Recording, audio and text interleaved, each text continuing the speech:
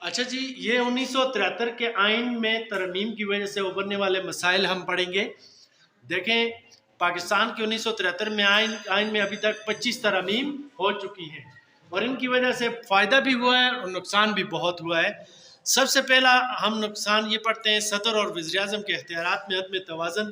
پاکستان میں پارلیمانی نظام ہے، ہر چیز جو ہے وزیر اعظم کے ہاتھ میں ہوتی ہے، لیکن جب اس میں ترمیم کی گئی تو صدر کے پاس تمام اختیارات گئے، اور اس طرح ان کو اسمبلی توڑنے کا اختیار ملا، جس کی وجہ سے مسائل پیدا ہوئے اور ملک میں عدم استحکام بھی پیدا ہوا۔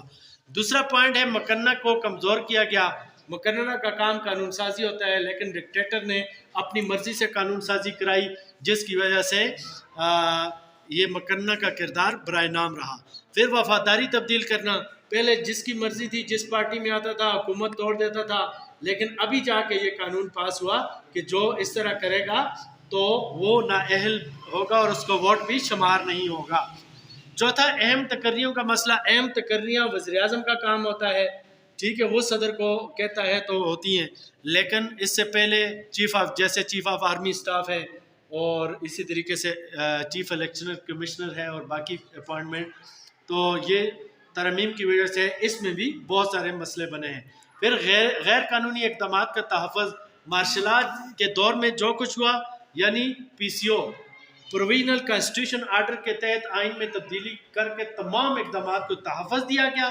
پھر اگلا پوائنٹ ہے انصاف کا قتل، یعنی آپ کسی بھی مارشل لا کے دور میں جتنے اقدامات ہوئے ہیں اس کو آپ عدالت میں چیلنج نہیں کر سکتا کوئی بھی شخص۔ اس طرح انصاف کا قتل ہوا اور ڈکٹیٹر بچتے رہے۔ صوبوں اور مرکز کے درمیان مسائل، یہ خاص کر 18ویں جو ترمیم ہوئی ہے، اس میں آپ دیکھیں صوبوں کو خود مختاری دی گئی، وہ ٹیکس کلیکٹ کر سکتے ہیں، وہ قانون سازی کر سکتے ہیں، وہ سب کچھ کر سکتے ہیں۔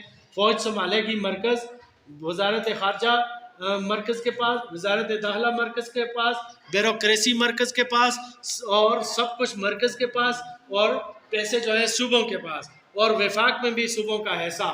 اس طرح یہ مسائل پیدا ہو رہے ہیں، اور پاکستان جو ہے اس کی اقتصادی صورتحال اس 18ویں ترمیم کی وجہ سے بھی خراب ہو رہی ہے، اور آج پاکستان میں دن بدن اس کے قرضوں میں اضافہ ہو رہا ہے۔ یہ مسئلہ بھی